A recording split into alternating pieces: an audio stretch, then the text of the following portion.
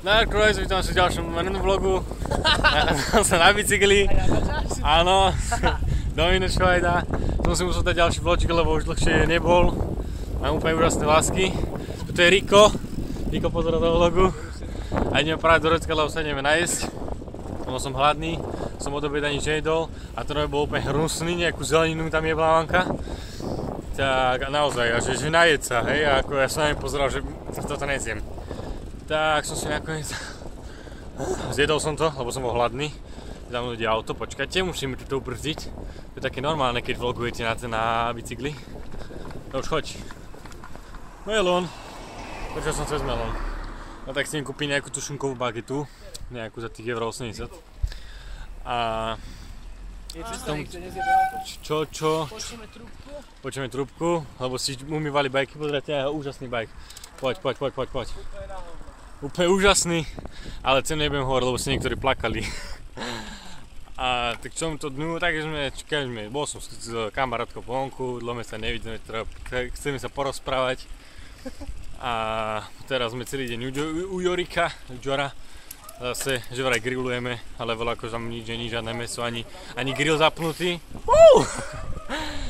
A takže co tu poskáka na onom, a sme si hrali taký 20 jednotku, taký fotbal, 20 jednotku sme zahrali. A úplne som bol unavený, po takej dlhej dobe, keď nič nerobíte a zrazu niečo začnete robiť, tak si až unavený. Ale tieto počasie je úplne hrozné, že prázdniny máme a prší. Dneska zase pršalo, jak šláhnuté. Úplne proste celý deň, nie, tak len sa sústredilo proste minúta, kľud, pol hodina, pršať, minúta, kľud, pol hodina, pršať, ak to sa sústredil. A počkaj, ide auto, zabača, ja tu vložujem, teraz už budem ešte nadávať.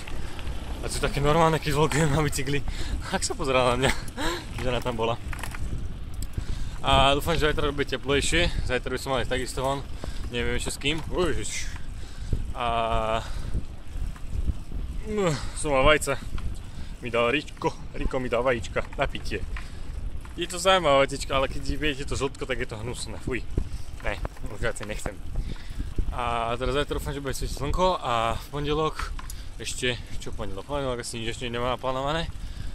A v útorok idem do Palárikova za tetou, to je pri Nových Zánkoch, tam dole, tam až pri Štúrove, nie, pred Štúrovom. A nie tam na týždeň nejak, a buď podľa toho, aké bude počasie, alebo podľa toho, či, ak sa budem baviť, ale však tam je vždycky dobre, takže tam tiež natočím do pár vlogčikov, aby som mal taký prehľad, ako to tam vyzerá, čo tam je.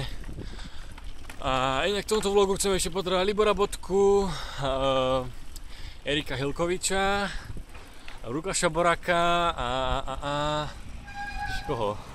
Týchto troch si pamätám. Trénerika.